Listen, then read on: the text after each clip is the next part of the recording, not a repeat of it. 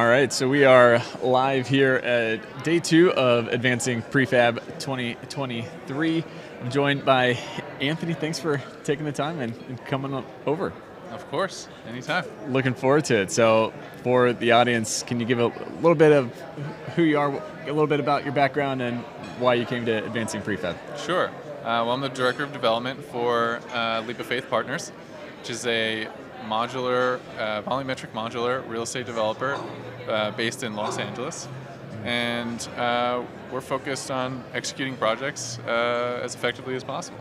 Yeah. As owner-developers. And me, I'm a mix of an engineer and a business person, and very excited about what modular brings to development pro formas.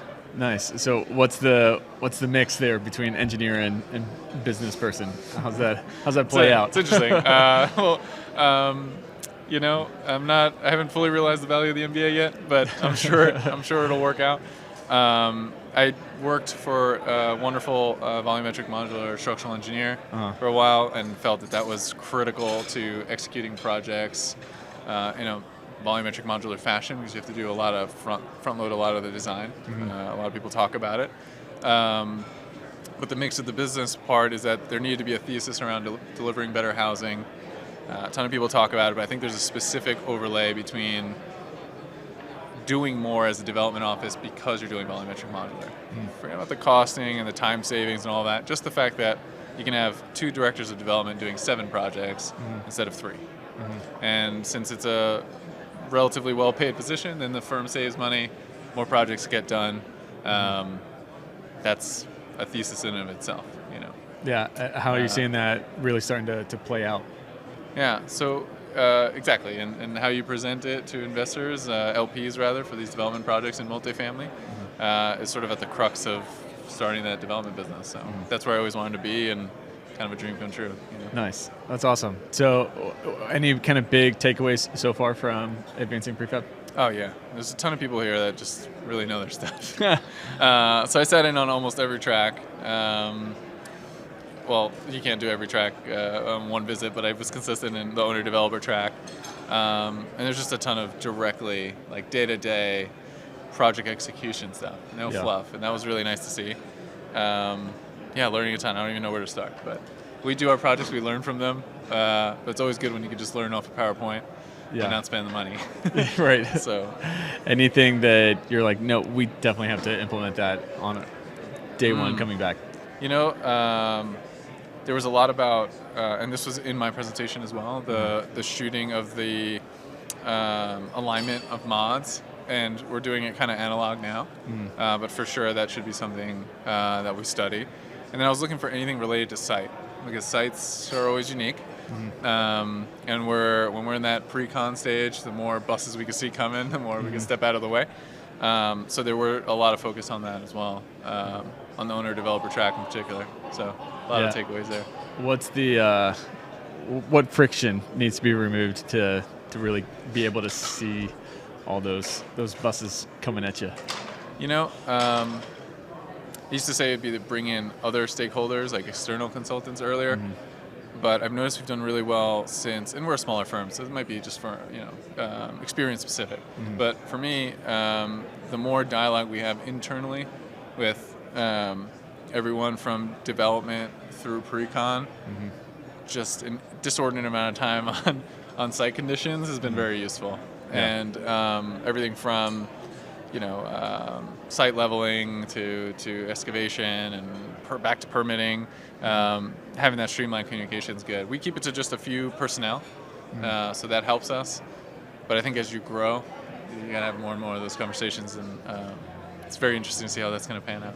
Yeah, I mean, communication. It's interesting you brought that up, because that's been kind of a reoccurring theme in most of these conversations. As we communication has come up of the need to get better at it in construction and really smooth that out and get the right people talking. Which is nothing super groundbreaking, but the groundbreakingness comes in, and that it just isn't happening at the scale and the pace that it needs to happen in construction. Right.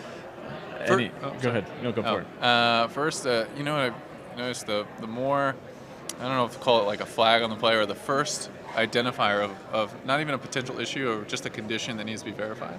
Maybe it's me. My learning curve is tremendous. I feel like I've been drinking from a fire hose for the last like 5 years. But I've noticed that the most valuable people are the ones that bring a site condition to everyone's attention, or any sort of condition related to the project to everyone's attention for clarity early. It's like the conversation can only start if someone starts it. And so a lot with construction, people stick to what they know and what they bring to the table and the value. They talk about only things they know, which is important. I should probably do more of that. But that person that really pulls in any issue they don't understand or see linking to the project, that's just invaluable because it gets those conversations going. And as I go to different, as sort of firms progress, I've noticed that some cultures are very oriented around bringing that information up and others less so. I think that's a huge differentiator. Yeah. Any thoughts on how to help build a culture that really has that at the forefront of, we're going to communicate, we're going to bring this stuff up, and not only that, we're going to keep an open mind when somebody says something that you might think is stupid, but keep an open mind, and maybe there's a nugget of truth in there. I'm really going to use that MBA today. So, I can't even pretend to be a management consultant, but I think, one thing I love about Leap of Faith Partners is that, no one ever gets mad at me. It's great. So it's a good place to be. Yeah. And I bring up all sorts of questions, and sometimes they're coherent, sometimes they're not. And I think just that welcomingness, sometimes I find good stuff, Yeah. And I could only do that if I could explore and ask the silly question first and sort of navigate it. Because if you're gonna have to make assumptions because you're concerned about verifying because you don't know how to navigate something socially, it's just gonna truncate what you bring to the table. So just that kindness is really, really valuable. So that's not an MBA word, but I've seen it. Kindness goes across the whole it's a good spectrum. Thing, right? So forget it. Yeah. What do you think the journey to productization looks like? The journey to productization. Our experience is that we're talking to fabricators. We don't believe we're going to bring fabrication in-house ever. We stick to development, acquisition, bringing things through pre-con, presenting to investors and executing, hopefully Fund 1 next year. But the productization element is that effectively they look at what we've done with our designers, and we're on our 12th project now, especially this one at scale, 100 plus units, at what the best product looks like. It's diverse, it's interesting, but it's appropriate for fabrication. And I've noticed that on the fabricator side of things, on the designer side of things, they're getting really good at dialing in what level of productization makes sense, or level of standardization, and in doing so, refining products as their ultimate deliverable. And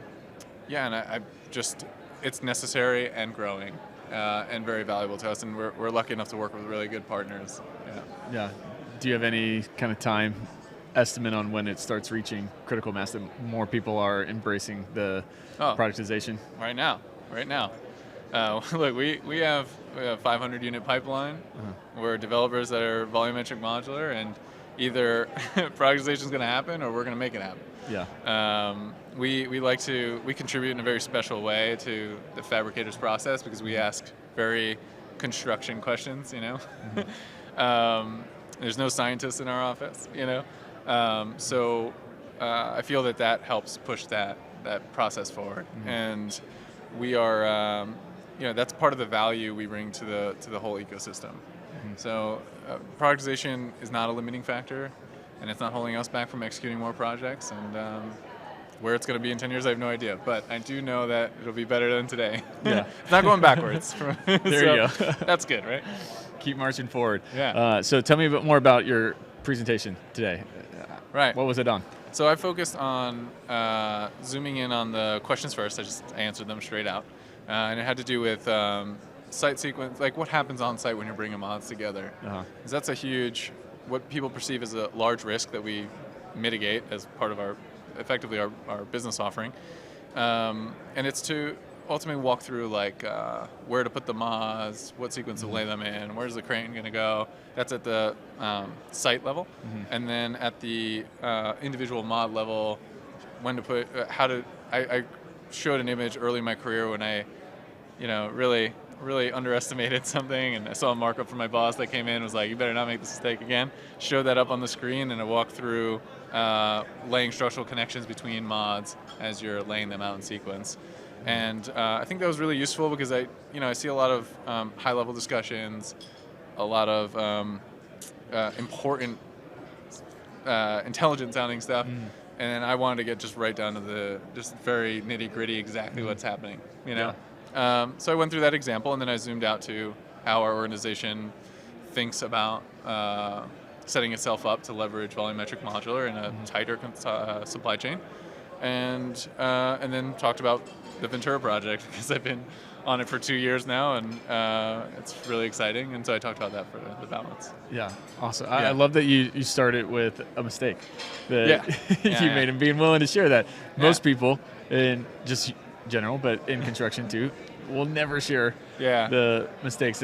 But that's where you really learn a huge lesson. You never made that mistake again. I'm assuming. Now no one. There was at least, I thought there was gonna be like 5 people in there. There was like 50.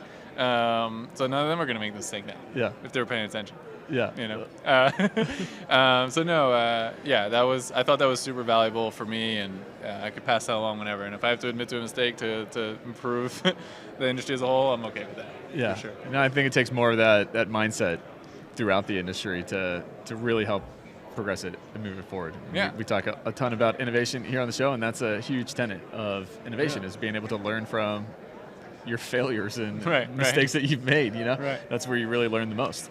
It's funny, just on a high level too, the idea that I'm not sure people outside of our industry understand just how much is coming at us early in a project. Yeah. If you have an issue with focus, I think construction will just break you because I made a joke that like we were talking about permitting and streamlining and conversation that should have happened earlier, lessons learned again at the project level, and it said, well, early on I was like, I didn't know if we were like trying to refine the fountainhead in the dog park, or if we wanted to focus on the permitting track, and that's like a personal discipline that I think you develop. I think your first decade in construction and development is really learning how to prioritize and reprioritize in real time.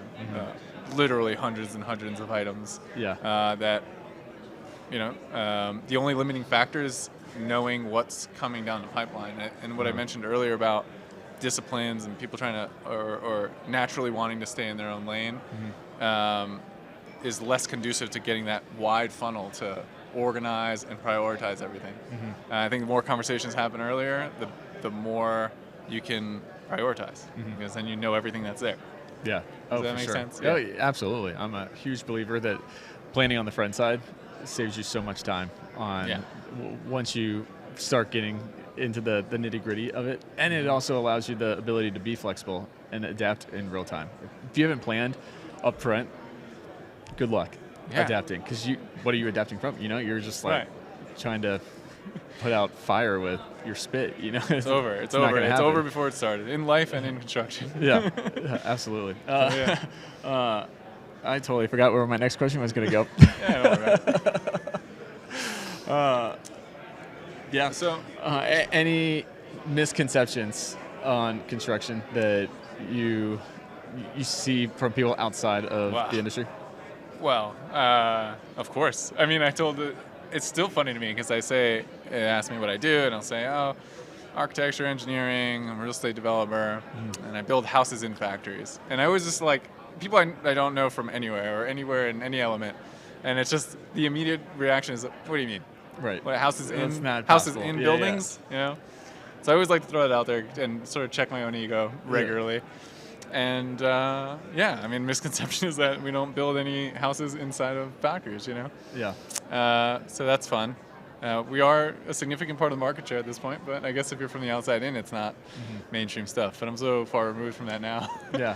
Almost 2 decades in, it feels like. But, well, why do you think it's not as well known outside of a little bubble ecosystem? I never asked these questions, and I appreciate you asking it. I don't know. I think it's just not something we associate with manufacturing. Everything else is. Everyone kind of understands that everything else comes from there, but there was Ryan E. Smith wrote a great book. I don't know if you know him. He's a academic researcher, and he always talks about processes and industrialized construction. And one of the things that struck me when I read his book and then started just going on Google rampages, and I ended up on like commercials in Japan about housing or prefabricated housing. They like have malls, there's commercials, they have mascots like Geico, basically the Geico of home building, And so I've never seen that here. Right. You can pull up like some Sears catalogs from like 100 years ago, and that's kind of cool. But like I haven't seen mass marketing around, and I don't know if it's appropriate, but or we're ready for it. But that would probably influence public perception. Yeah. But it's kind of fun that it's like a secret. Well, but we don't want to keep it. Yes that. and no, but it's very we have to immature get it out. Yeah. But you get it. Yeah, we have to get it out. I think that I'm going to not get on my soapbox, but there is a huge marketing problem in construction that we do not tell the stories that we need to outside of our comfort zone circle that we're talking to all the time. And they don't fully need to know. Yes, they need to know inside the bubble because there's so many people that don't know the depth or think that it's only for like huge projects. And you're like, no, prefab can go down to very small projects as well too. Yeah.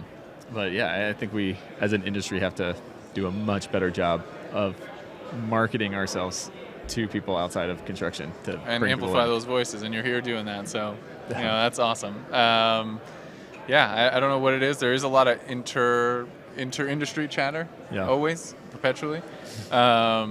But it would be nice to have some of that focus outward, and maybe it's just a matter of time. I hope so. But I think there's some problem solving. I think you're doing more of it than me. We got to make construction cool again.